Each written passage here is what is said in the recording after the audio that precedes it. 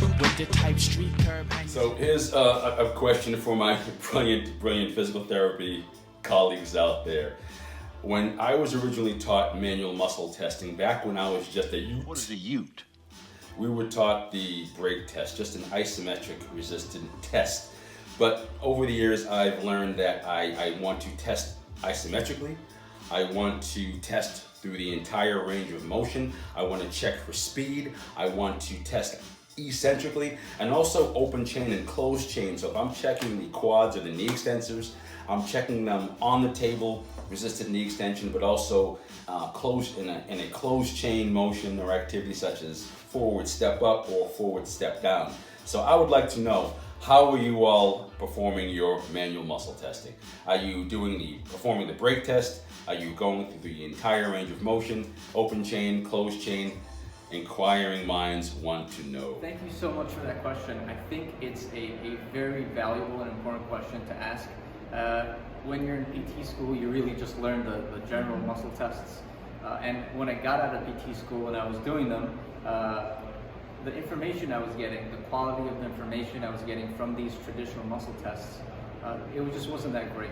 You know, I would test everybody out, I would brake test them, I would put the value into the chart, but there's no real way to track it, and it was very subjective in my opinion. And brake testing, it's not very accurate about it might be accurate about the joint that you're testing, but it's not very accurate about the person that you're working with. So a couple of years after I got out of PT school, I took a couple of courses on muscle testing and palpation and stuff like that, and I started to test extremely light. So I started to muscle test people with like a fingertip pressure. So just these two fingers, and you would just tell somebody to take a deep breath in, blow all the air out, and meet your pressure.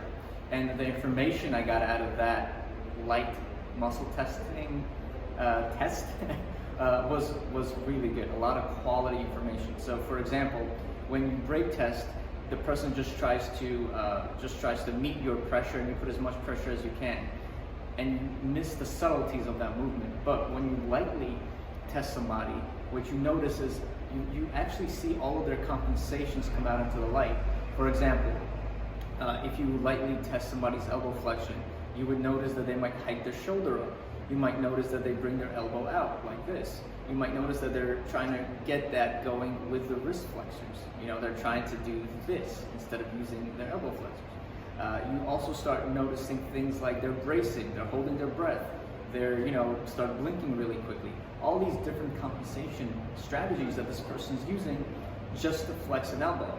And it helped me learn that the body is very interconnected, and it also put me on the path that I am in today with physical therapy. But so I test really, really light now, and the information I get is really great. I go after the compensation patterns first, right?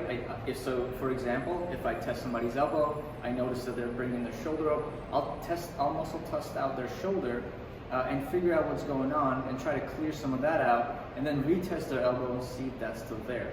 And that's been a huge breakthrough in getting my clients' pain levels down and increasing their function.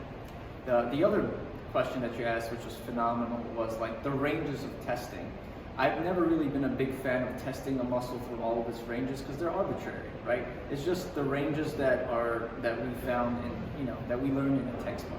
So usually what I do with my clients is I test light all the time, but I also ask them to get into the position that causes them the most pain. So for example, if they're like, oh, it's right here, when I do this, I feel all the pain. I would actually muscle test in this position, and usually I'll find a compensation pattern or some strategy that they're using to get here. We'll clear some of that out and then retest, and we find that the pain goes down and their muscles get stronger. Because a bicep, it doesn't just supinate the elbow, flex the elbow, and flex the shoulder. It does so many other things because in life, you're using your muscles eccentrically, isometrically, concentrically, all at kind of the same time. So, I was never really a big fan of just going through a range, an arbitrary range. I like to bring people to where they don't function well, test them out there very lightly, see the information that I get, try to intervene with some physical therapy stuff to get that down.